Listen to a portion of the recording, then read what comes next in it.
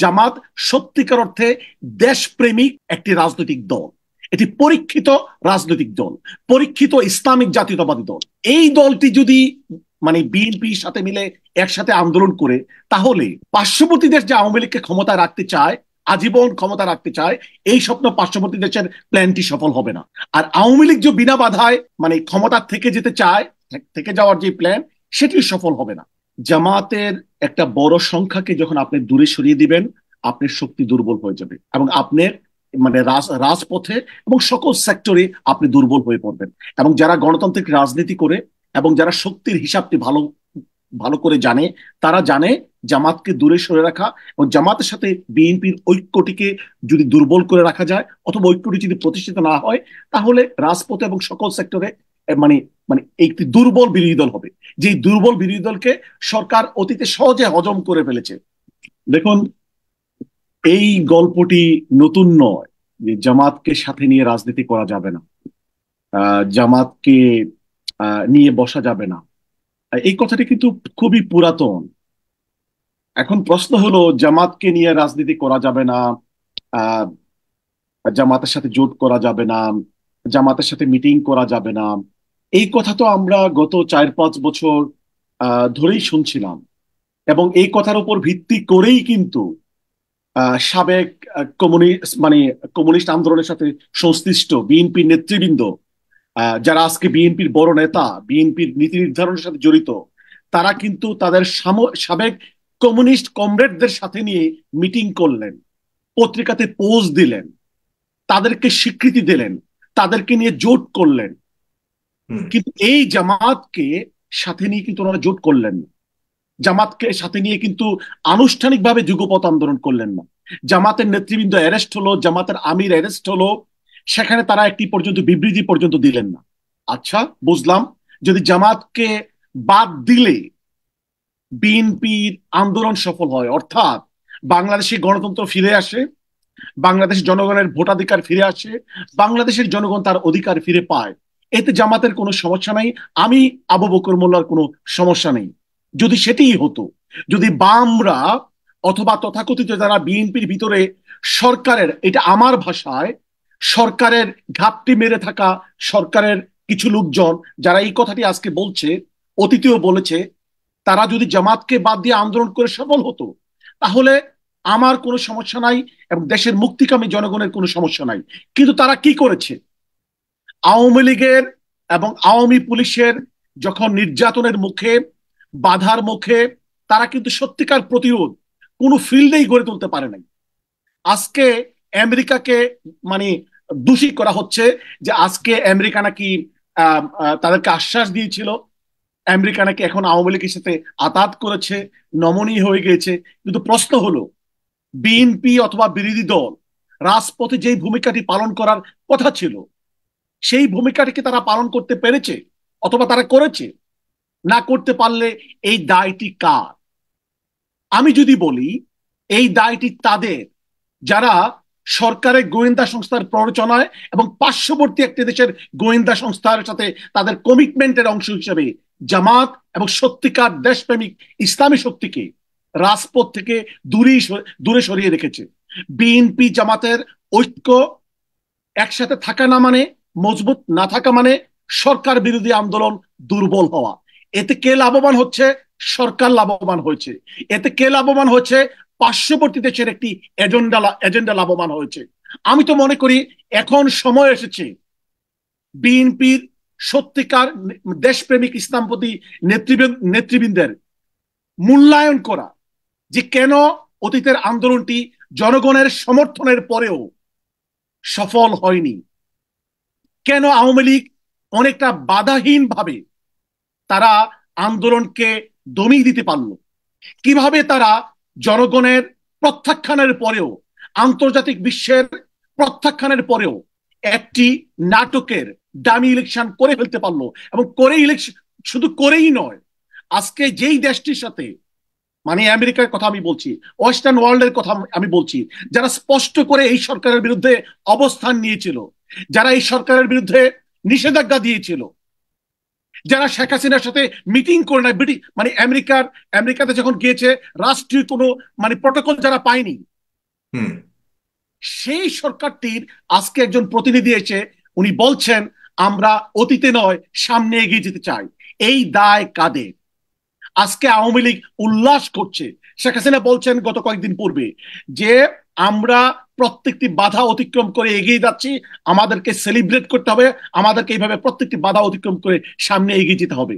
কোন আত্মবিশ্বাসে আওয়ামী লীগ কথা বলে, যেখানে বাংলাদেশের অধিকাংশ জনগণ এই সরকারকে প্রত্যাখ্যান করেছে, এই নির্বাচনকে প্রত্যাখ্যান করেছে? কেন?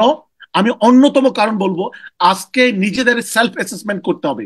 সেটি হচ্ছে যারা আমরা সরকার বিরোধী জায়গাতে রয়েছি, অবস্থানে রয়েছি, তারা আমরা কেউ কেউ সরকারের এজেন্ডা বাস্তবায়ন করি, সরকারের ভাষায় কথা বলি, সরকারের প্ল্যানের অংশ, একটি পার্শ্ববর্তী দেশের প্ল্যানের অংশ।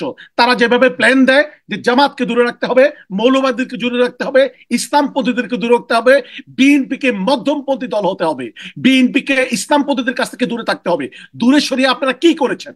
কি অর্জন করেছেন? আজকে দেশের ক্ষতি করেছেন, বিএনপির ক্ষতি করেছেন, আওয়ামী লীগকে লাভবান করেছেন, পার্শ্ববর্তী একটি দেশকে লাভবান করেছেন। বাংলাদেশের গণতন্ত্রকে ধ্বংস করার জন্য আপনারা ইনডিরেক্টলি ভূমিকা পালন করেছেন। আমি তো মনে করি যারা আজকে 12 দলের মিটিং এ যারা এই কথাটি বলছে, তারা সত্যিকার অর্থে আওয়ামী লীগের পতন চায় না। বিএনপির ভিতরে যারা আজকে জামাতকে দূরে রাখার কথা বলছে, তারা আসলে বিএনপি ক্ষমতা যাক অথবা আওয়ামী লীগের পতন হোক, তারা এটি চায় না। তারা এখানে এসে সরকারের এজেন্ডা বাস্তবায়ন করছে। ধন্যবাদ। হ্যাঁ, কিন্তু আপনার কাছে কি মনে হয় কি কারণে এই তারা বিএনপির সাথে সব ডান বাম সবার ঐক্য চাচ্ছে না? তাদেরও বা কি এমন চাওয়া, বা তারা কেন চাচ্ছে না বলে আপনি মনে করেন? দেখুন, আর আমি কিন্তু স্পষ্ট কথা বলেছি।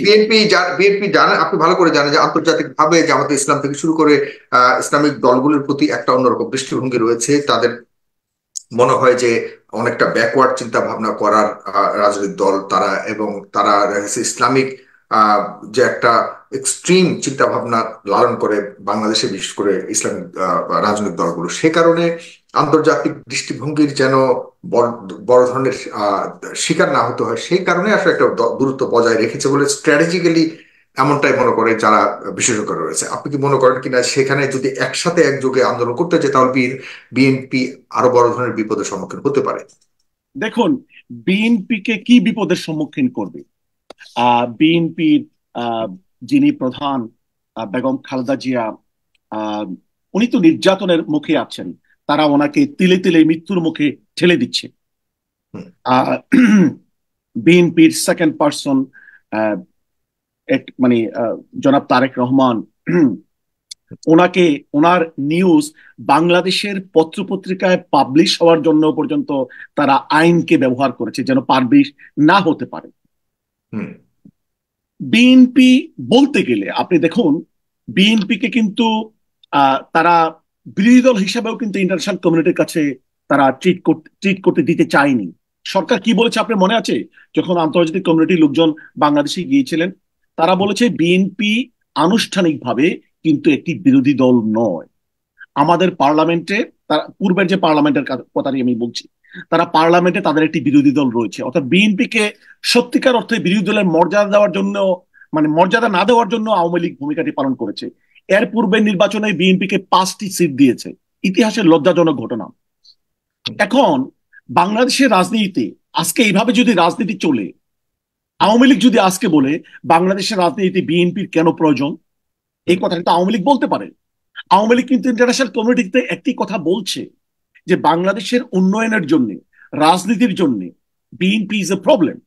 বিএনপির আমলে এই হয়েছে সেই হয়েছে।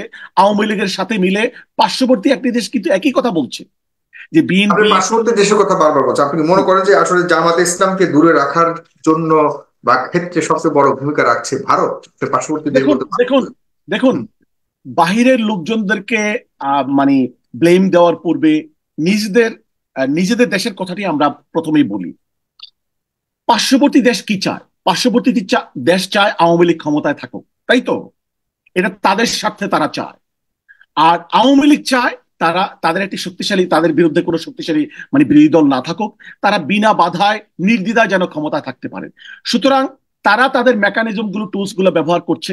আর পার্শ্ববর্তী দেশের যেহেতু ইন্টারন্যাশনালি তাদের বিভিন্ন ধরনের সুযোগ সুবিধা রয়েছে, বিভিন্ন ধরনের কানেকশন রয়েছে, তারা সেই কানেকশন গুলো ব্যবহার করছে মিডিয়া সহ ইন্টারন্যাশনাল ফিল্ডে। বা পার্শ্ববর্তী দেশের অনেক স্টেক হোল্ডার্স রয়েছে যারা একসাথে মিলে কাজ করে। সুতরাং মূলত আওয়ামী লীগকে ক্ষমতা রাখার স্বার্থেই পার্শ্ববর্তী দেশ এবং আওয়ামী লীগ যাদেরকে ব্যবহার করা তাদেরকে ব্যবহার করছে। এখন আসুন জামাতের কথা। জামাতের সাথে পার্শ্ববর্তী দেশের আসলে সমস্যা কি? কোনো সমস্যা নাই। সমস্যা হচ্ছে যে জামাত সত্যিকার অর্থে দেশপ্রেমিক একটি রাজনৈতিক দল। এটি পরীক্ষিত রাজনৈতিক দল, পরীক্ষিত ইসলামিক জাতীয়তাবাদী দল। এখন এই দলটি যদি বিএনপির সাথে মিলে একসাথে আন্দোলন করে, তাহলে পার্শ্ববর্তী দেশ যে আওয়ামী লীগকে ক্ষমতা রাখতে চায়, আজীবন ক্ষমতা রাখতে চায়, এই স্বপ্ন পার্শ্ববর্তী দেশের প্ল্যানটি সফল হবে না। আর আওয়ামী লীগ যে বিনা বাধায় ক্ষমতা থেকে যেতে চায়, থেকে যাওয়ার যে প্ল্যান, সেটি সফল হবে না। সুতরাং জামাত কোনো সমস্যা না। জামাতের ইসলামের সাথে জামাতের সম্পৃক্ততা, that is not a problem. The problem is the strength of the Jamaat and grassroot লেভেলে জামাতের জনপ্রিয়তা এবং শক্তিমত্তা। এবং জামাতকে যেহেতু কেনা যায় না, এবং স্বাধীনতা সার্বভৌমত্বের প্রশ্নে জামাত যেহেতু আপোষ করবে না, এই দেশের প্রতিটি ইঞ্চি ভূমিকে জামাত তাদের ইমানের অংশ হিসাবে মনে করে, এবং তারা মনে করে এই দেশ হেফাজত থাকলে 90% মুসলমানদের ইমান আকিদা হেফাজত থাকবে। জামাত যেহেতু এটি মনে করে, এই ধরনের বড় শক্তিগুলির কারণে তা বিভিন্ন ভাবে আসলে বিএনপি থেকে জামাতকে দূরে রাখার কথা বলা হচ্ছে। বিএনপি এখন সবকিছুকে ছাপিয়ে যতটুকু দেখতে পাচ্ছি, মোটামুটি জামাতকে সাথে নিয়ে এক মঞ্চে উঠবার ব্যাপারে তারা চূড়ান্ত একটা সিদ্ধান্তের দিকে যাচ্ছে। এই সিদ্ধান্ত বাস্তবায়ন হলে আসলে জামাত সহকারে বিএনপি একসাথে আন্দোলন করে কি ধরনের রাজপথে পরিবর্তন, রাজনৈতিক পরিবর্তন আসবে বলে আপনি মনে করেন? আপনি যেভাবে বলছেন যে অবশ্যই আন্দোলন করা উচিত, একসাথে রাজনীতি করা উচিত, অনেক আগে থেকে উচিত ছিল, এখন নতুন করে যেহেতু কথা উঠেছে বা চেষ্টা করছে, এটা বাস্তবায়ন হলে আপনি মনে করেন রাজনৈতিক ভাবে মৌলিক কোনো পরিবর্তন আসবে কিনা? সরকারের বিপক্ষে রাজনীতির জায়গাতে আরো স্ট্রং হবে কিনা? সরকারকে পতন ঘটাতে কি আরো সহজতর হবে কিনা? এই জায়গাতে একদম বড় প্রশ্ন, কিন্তু ছোট্ট করে উত্তর এই পর্যায়ে। এরপর যারা আব্দুল মামুন আপনার কাছে আসছি। আমার ছোট্ট করে উত্তর হচ্ছে, strength lies in number and strength lies in unity.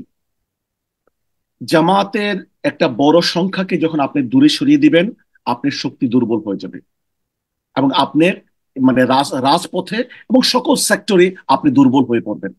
এবং যারা গণতান্ত্রিক রাজনীতি করে এবং যারা শক্তির হিসাবটি ভালো ভালো করে জানে, তারা জানে জামাতকে দূরে সরে রাখা এবং জামাতের সাথে বিএনপির ঐক্যটিকে যদি দুর্বল করে রাখা যায়, অথবা ঐক্যটি যদি প্রতিষ্ঠিত না হয়, তাহলে রাজপথে এবং সকল সেক্টরে মানে মানে একটি দুর্বল বিরোধী দল হবে। যে দুর্বল বিরোধী দলকে সরকার অতীতে সহজে হজম করে ফেলেছে, অর্থাৎ একটি বিনা বাধায় তারা টিকে থাকতে পেরেছে। এখন বিএনপি জামাত যদি একসাথে থাকে, অবশ্যই আমি যে কথাটি বললাম, strength lies in numbers and strength lies in unity. সুতরাং সেটি বাস্তবে প্রতিফলিত হবে, এবং আমি মনে করি জনগণকে সাথে নিয়ে বিএনপি জামাত যদি সত্যিকার ঐক্য গড়ে তুলতে পারে, আর বাংলাদেশের জনগণের বিজয় হবে। ধন্যবাদ।